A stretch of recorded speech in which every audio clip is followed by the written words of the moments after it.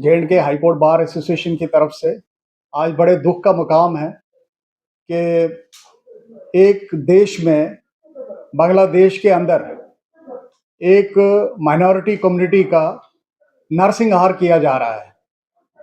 और जैसे कल का वाकया है और इससे पहले भी कई वाकये हुए हैं। एक नौजवान को पेड़ से लटका के जिंदा जलाया गया, कई बच्चों को मौत के घाट उतार दिया गया। तो ये एक अच्छा मैसेज नहीं है। पर्टिकुलरली जब हम हिंदुस्तान में हैं तो यहाँ पे भाईचारा हमने पूरे तरीके से कायम किया हुआ है, चाहे उसमें हिंदू, मुसलमान, सिख, ईसाई ये सब इकट्ठे रहते हैं। लेकिन बांग्लादेश में सिर्फ एक कम्युनिटी को टारगेट करने का मतलब है कि वहाँ पे इंटॉलरेंस है दूसरे धर्मों की। तो हम इस बात की कड़ी मजम्मत करते हैं, कंडेम करते हैं उसको, और अपने प्रधानमंत्री जी से और अपना जो होम मिनिस्टर साहब हैं उनसे रिक्वेस्ट करते हैं, गुहार लगाते हैं कि कम से कम जो वहाँ हमारे हिंदू भाई फंसे हुए हैं उनको वापस यहाँ इंडिया लाइए, और अगर नहीं ला सकते तो उनकी सिक्योरिटी का इंतजाम जो है वहाँ पे कर लीजिए। लेकिन इस तरीके से उनको ऐसे वहाँ पे छोड़ना जो है वो इंसानियत का कत्ल करने के बराबर है। तो यही हमारी गुहार है और इसके साथ हम उनके साथ खड़ा होना चाहते हैं और उनके साथ हमेशा खड़े हैं। लेकिन चूंकि यहाँ से हम कुछ नहीं कर सकते जब तक भारत सरकार जो है पहल ना करे इसमें, तो हमारा पूरा समर्थन जो है भारत सरकार के साथ है। जिस किस्म का भी वो स्टेप लेना चाहते हैं, पूरे देश जो है उनके साथ जुड़ने के लिए तैयार है।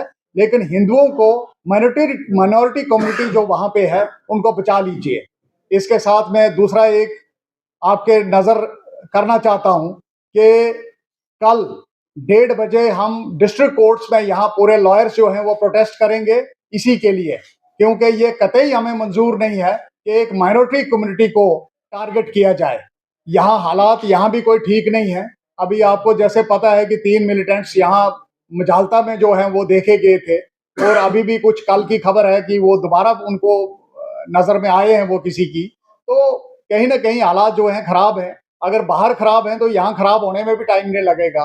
तो इससे इल्तिजा करते हैं हम अपने प्राइम मिनिस्टर साहब से, मोदी जी से, अमित शाह जी से, कि कड़े से कड़े स्टेप लीजिए और इनके साथ उस तरीके से बिहेव करिए जहां पे ये इंसानियत का कत्ल कर रहे हैं। तो ये इंसानियत का कत्ल है, ये पूरे कौम का कत्ल है, और मुझे लगता है कि इसकी भरपाई के लिए हमारे पास कोई शब्द नहीं है, हम कुछ नहीं कर सकते, लेकिन देश के साथ खड़ा होना चाहते हैं। और हिंदुस्तान जो है वो पूरा खड़ा हो सकता है इसके लिए अगर इसमें किसी की पहल हो। लेकिन सारी पहल जो है भारत सरकार को करनी है। भारत सरकार को इसमें कड़े कदम लेने हैं ताकि उनकी सिक्योरिटी और सेफ्टी का इंतजाम वहां किया जाए। अगर उनको वहां से माइग्रेट कर सकते हैं तो माइग्रेट करें, नहीं तो वहां उनकी प्रोटेक्शन करें। अगर ऐसे ही उनको छोड़ा गया तो मुझे लगता है आने वाले दिनों में और कई लाशें हमें इंतजार करना पड़ेगा उनका। मेरा एक सवाल है आपसे, आज इसी मसले को लेकर किश्तवाड़ में बंद की कॉल दी गई है सुनील शर्मा की तरफ से, जो एलओपी है। क्या आने वाले समय में बार एसोसिएशन जम्मू बंद की कॉल देगी इस मसले पर? देखिए, जम्मू बार एसोसिएशन हमेशा जो है वो जम्मू के साथ चली है। आप पीछे इतिहास देख लीजिए, जितने हमारे एसोसिएशंस के रहे यहाँ ओहदेदार, तो उन सब ने हमायत की है जम्मू की। और खास करके हमारे जितने हिंदू भाई माइनॉरिटी कम्युनिटी के बाहर हैं, तो उन सब की रक्षा के लिए बार जो है हमेशा खड़ी रही है, और जम्मू के काज के लिए कम से कम वो खड़ी रही है। जम्मू का कोई भी काज आएगा, बार एसोसिएशन उसमें पीछे नहीं है।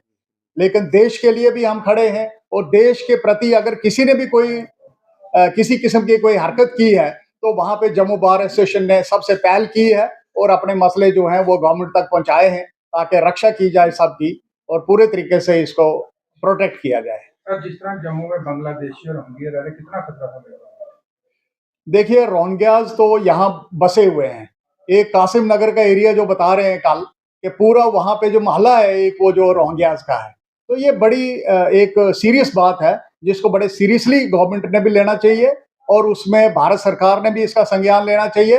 अभी पीछे जो है आपको पता है कि सुप्रीम कोर्ट में भी एक कंट्रोवर्सी उठी थी, जहाँ के चीफ जस्टिस साहब ने ये कहा था कि रोहिंग्याज जो है अपना स्टेटस बताएं कि उनका स्टेटस क्या है, वो कहाँ से आए हैं, कहाँ रहते हैं।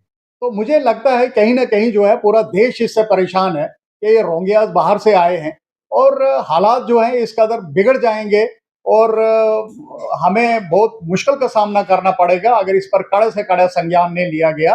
और जल्द से जल्द कोई करेक्टिव मेजर्स नहीं लिए गए। सर कश्मीर पे भी इस मुद्दे पे कोई बातचीत नहीं की, ना किसी नेता ने, ना किसी लीडर ने। देखिए, हम तो ए पॉलिटिकल हैं, हमारी कोई पार्टी नहीं है, कोई कुछ नहीं है, लेकिन हम सिर्फ एक काज के लिए लड़ते हैं।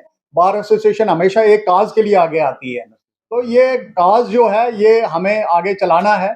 हमें अगर कहीं ना कहीं ये लगता है कि यहाँ पे जो है ज्यादती हो रही है किसी माइनॉरिटी कम्युनिटी के साथ, तो बार एसोसिएशन हमेशा उनके साथ खड़ी है, और उसमें सिर्फ हिंदू, मुसलमान, सिख, ईसाई किसी के साथ ज्यादती होगी हम खड़े होने के लिए तैयार हैं, और बार हमेशा उनके साथ चली है। तो ए पॉलिटिकल होने का ये है कि हम किसी के मातेहत नहीं है, किसी की बात नहीं करते हैं, हमें पॉलिटिकल पार्टी से कुछ नहीं लेना देना, वो बात करें या ना करें, लेकिन हमें देश की बात करनी है, क्योंकि ये बार हमेशा नेशनलिस्ट बार रही है, ये हमारा मानना है। सर जम्मू में जितने बांग्लादेशी सर होंगे उनके ऊपर भी कार्रवाई होनी चाहिए, उनको भी यहाँ से बाहर निकालना चाहिए। देखिए, गवर्नमेंट का फैसला है ये, गवर्नमेंट अगर चाहे तो सब कुछ कर सकती है।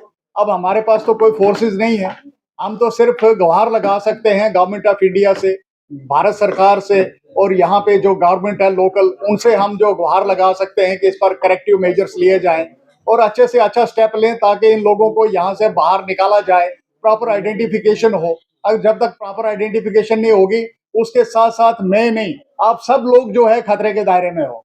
तो जब तक ये एक प्रॉपर आइडेंटिफिकेशन नहीं होगी, तो तब तक मुझे लगता है कि हम जो है अनसेफ हैं और अनसेफ रहेंगे। Thank you sir. सर एक मिनट